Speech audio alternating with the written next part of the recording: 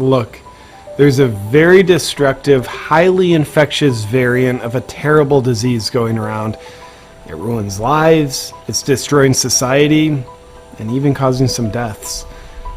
It's called the tyrant variant. This variant attacks people, leaving some crippled in fear, with their brains incapable of thinking for themselves. How does the tyrant variant get transmitted?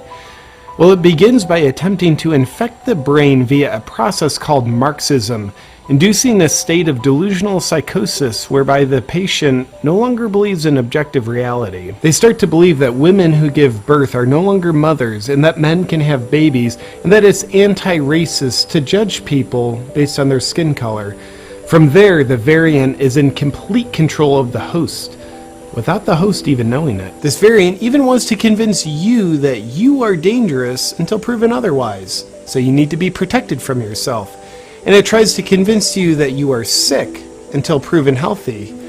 You see, this variant attempts to camouflage itself by calling you what it is: sick and dangerous. And it relies on deception in order to take you over, trying to convince you not just that it's harmless, but it's helpful.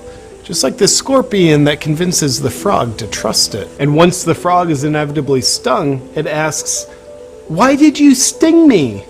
To which the scorpion replies, "That's what I do. After all, I'm a scorpion." As it is with a helpful deceptive hand of the tyrant variant. What about immunity? Well, because people are pack animals, human connection is what creates herd immunity from the variant.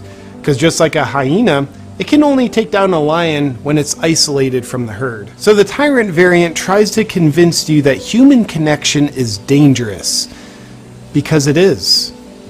For the variant. The tyrant variant is also a threat to our national security, as it perfectly fits the definition of a domestic terrorist. The tyrant variant isn't an infectious disease created in a lab, though it's been known to create infectious diseases in the lab. Now, surprisingly, this variant is weak enough that it's not able to actually harm a person on its own. Its success of hurting people relies on getting people to be compliant with it, whereby obedience triggers an autoimmune reaction which causes people to hurt themselves through fear, conflict, and surrendering their freedoms. But here's what you want to know. Bravery and freedom have proven to be very effective treatments at quickly eradicating this variant from a person's life. Yet because these treatments aren't patentable, and therefore not very profitable, pharmaceutical companies with criminal records don't advocate the use of them. To protect yourself from the tyrant variant, please cover your eyes and ears anytime you're around a television, and turn it off as soon as possible.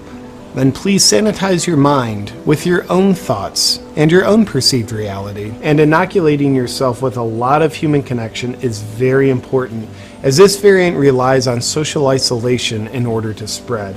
So please do your part and get a booster of hugs several times a day to boost your immunity against it. And unlike the cold or flu, this variant isn't going to be around forever. It's not just something that we have to learn to live with, because this variant contains no power other than the power you give it. Just like the dog doesn't need the tick needs the dog. And you can remove this blood-sucking variant from your life anytime. How? You reclaim your power anytime you stand in bravery, freedom, and love, while no longer complying with this disease. If we all do our part, we have a bright, happy, healthy future ahead of us. God bless.